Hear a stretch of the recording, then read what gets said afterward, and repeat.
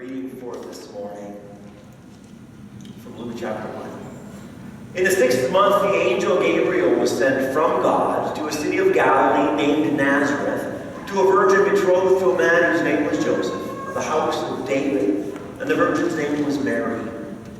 And he came to her and said, "Greetings, O favored one, the Lord is with you." And she was greatly troubled at the saying, and tried to discern what sort of greeting this might be.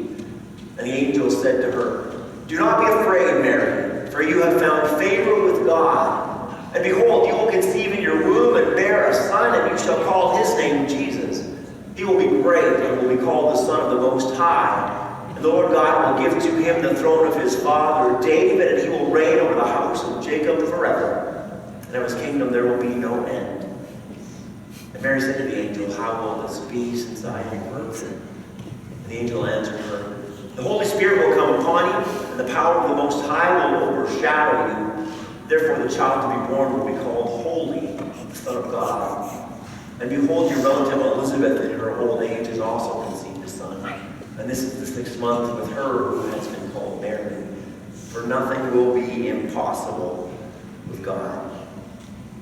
This morning we are entering a season called Advent, and Advent is all about waiting and preparation. It actually means arrival or coming. For us specifically, the coming of Jesus. And so each week we're going to be lighting a candle on our wreath, and each of those candles have symbolized a variety of things, but we're going to be looking at some of the words that they have symbolized, specifically this morning the word hope. Much of what I'm going to share with you is actually from a sermon by a pastor named Andy Stanley. You can watch that on Right Now Media if you want.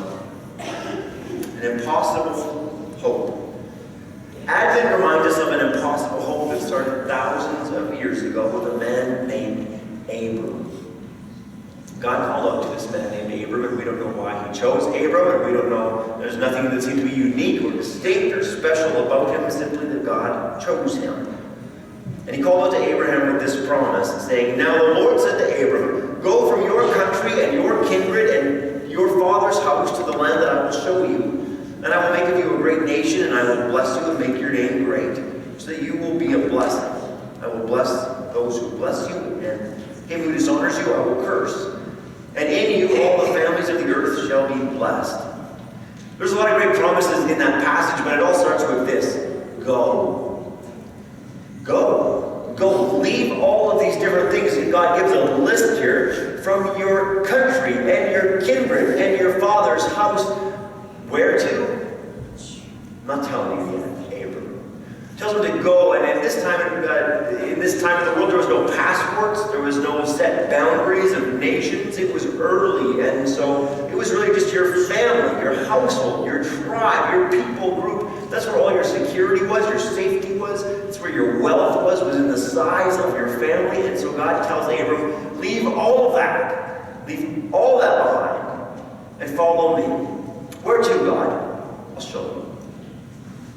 I'll show you, but not yet. First, you gotta go.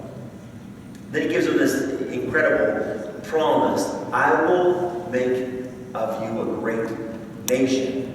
And all people on earth will be blessed through you. People who bless you will be blessed, and people who curse you, I will curse. And eventually the entire world will be blessed through you. It's a pretty incredible promise. It's a pretty huge promise. And it gave them hope. But it seemed a lot like an impossible hope. Because Abram and his wife, when they got this promise, were old. I don't know when you started your family, if you have one. Right now it's pretty common for people to start a family in their late 20s, early 30s, sometimes even around 40. People are saying, should we still have a baby? Is that going to be okay? But they were older than that. They were old. Like if they were to have a child and go to the playground, everyone would be like, "Are you here with your grandchildren?" No. They were old when God made this promise to them, gave them this hope. Around 75 years old, Abram was. And so they were ready and clinging to this promise, but the promise didn't happen right away. It didn't happen that week or that month or that year. It didn't happen even that decade. In fact, time just kept on rolling along, and it seemed pretty impossible that this man, Abram, and his old wife, Sarai, were ever going to have a family at all. Seems like an impossible promise that his name would be great. It seems more like his name will be forgotten. He's left everyone he knows, all the things that he knows. He's leaving to this foreign land, and he's got no children to carry on his name. Amazingly, Abram and his wife Sarah follow the call of God and leave everything and follow this God and this impossible hope and this impossible promise. And one day they do have a child named Isaac. And if you know this story, as Isaac gets older, God calls to Abram again and says, Abram, take your son Isaac up to the top of this mountain and sacrifice him to me there. I'm not the brightest bulb on the tree, but if you're nation building and you're up to 3 and you take away 1, it seems like you've made it nowhere at all. But Abram does that. He takes his son Isaac up to the top of the mountain and he's getting ready to offer him as a sacrifice, and then God stops him, thanks him for his faithfulness, and reminds him that this promise will happen, that he will become the father of a great nation. And so off they go, and I'll show you a little family tree here. Abraham has Isaac, and Isaac has 2 sons, Jacob and Esau. Esau is actually the older son, and his name should be up there, but Jacob disguised himself as his brother, covered himself with goat hair. It's a strange one. I've met some hairy men in my time, but never one that reminded me of a goat. Abraham to Isaac, Isaac to Jacob. Jacob steals the blessing and has 12 sons, and 10 of the sons hate one of them, Joseph. Joseph was a dreamer. Joseph had these dreams, and he would tell his brothers about them. Hey guys, brothers, gather around, I gotta tell you another dream. I had one of those dreams again where you're all bowing down and worshiping me. Kind of irked the brothers. Got under their skin. Not only that, but Dad, old Jacob, seemed to favor Joseph. Seemed to like him best, seemed to prefer him. And so the brothers were faced with this difficult decision. Should we kill our brother, or should we just sell him as a slave? You ever wrestled with one of those big family decisions?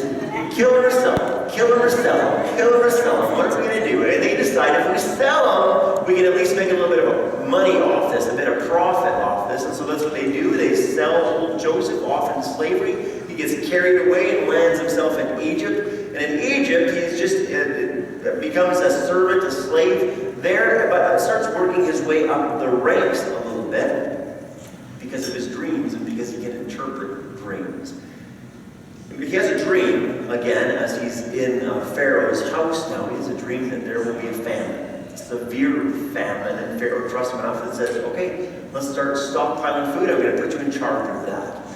And so there is Joseph in Egypt, all alone, but he ends up gathering all this food for a 7-year famine, and then the famine hits, and the famine is so bad that his brothers, way back home, come to Egypt to beg for food. And who do they end up in front of? But their only brother, Joseph. Amazingly enough, not to go through all the details of the story, but they end up reconciling. Joseph reconciles with his brothers and says, come here, come live in Egypt, and I'm in this position of authority, and I'll watch over you and protect you, and this is going to be great. Let's be a family again right here. And so this is where we see that promise of God really take off, because all of a sudden, there's all of these 12 sons, and they're having their families, and those families are having their families, and this nation does become a great nation, and in Egypt they become this great nation of slaves. Not exactly what Abram probably envisioned when God made the promise to him, but there they are, this nation of slaves in Egypt for 400 years. And then God sends hope.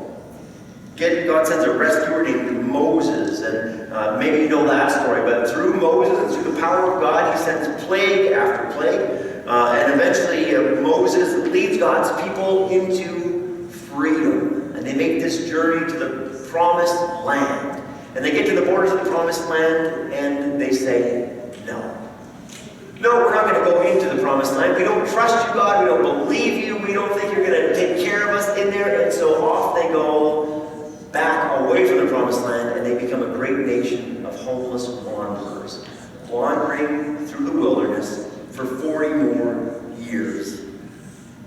After that, they do go into the promised land, and they are this great nation. And under King David, he's this warrior king for them, and they defeat all their enemies. kings around them, and the land is theirs.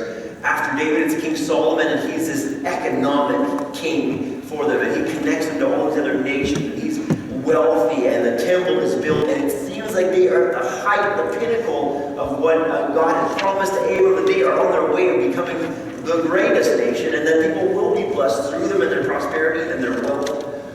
But as Solomon builds all these networks, not only does he accumulate wealth, he accumulates wives from all over the place. And with the wives come their idols and their gods from back home, wherever they're from. And so this great nation becomes a great and unfaithful nation. And so God starts sending prophets to turn back, listen to me, come back to me, be faithful to me, I'm watching over you, trust in me. But they don't. The nation splits between Judah and Israel, the south and the north. It becomes this great nation, becomes a divided nation. And then it becomes a conquered nation. First Israel, then Judah. It becomes a beaten up and destroyed nation. Everything's knocked down, including the temples, that no stones left unstoned. Eventually a king comes along, ruling over them, and allows them to go back home. You've been in captivity under us for 70 years, you can go back home. Oh, yes. And so some do, but lots don't. Because it is strong. They've never been there before. And it's broken. And they're going back to just about nothing. This is the story of a small, broken nation of God's people. And as if all those things weren't bad enough, then something else happened. Then God went silent. For a period of 400 years, he sent no more prophets, no more messages. And it seemed as though that impossible hope, that impossible promise had gone out.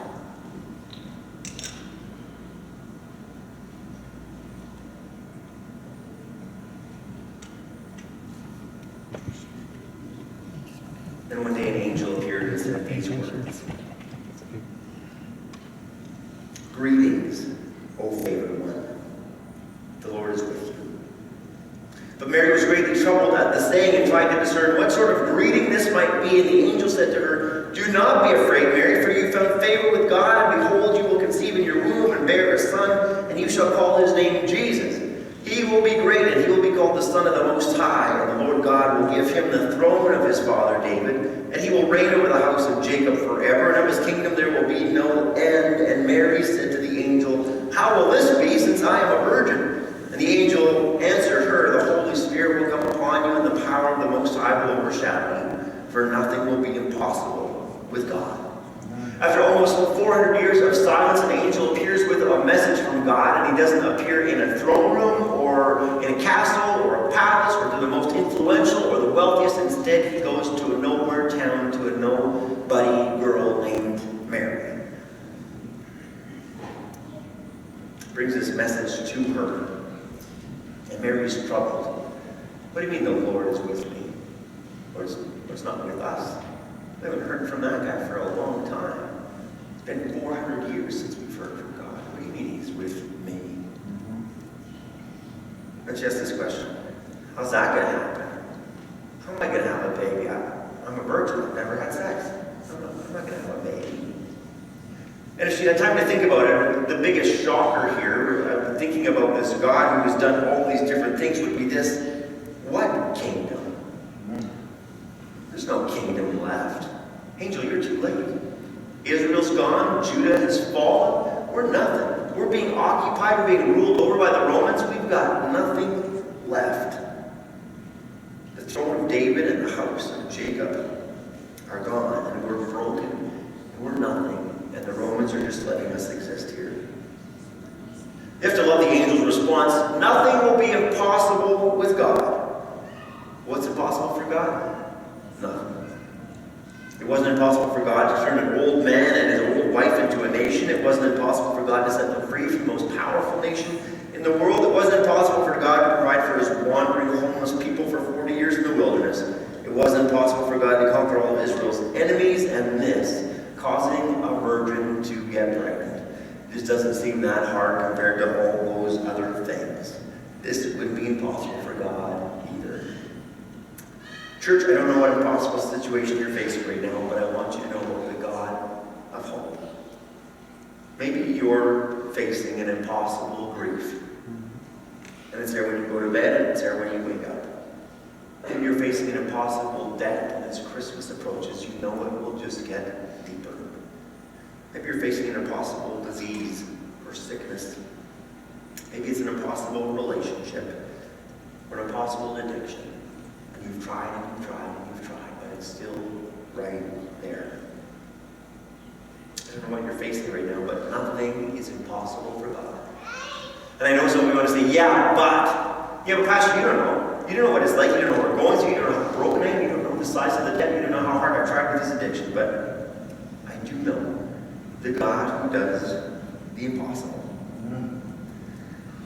I do know the God who came to earth because he loves you so much that they would call him Emmanuel, God with us. I do know the God who died on a cross, but 3 days later walked out of a tomb. Because nothing is impossible for God. As we enter into this season of Advent, my prayer is that you would have hope. That you would even hope in the seemingly impossible. But your hope can't be in your family, or the tree, or the dinner, or the presents wrapped up.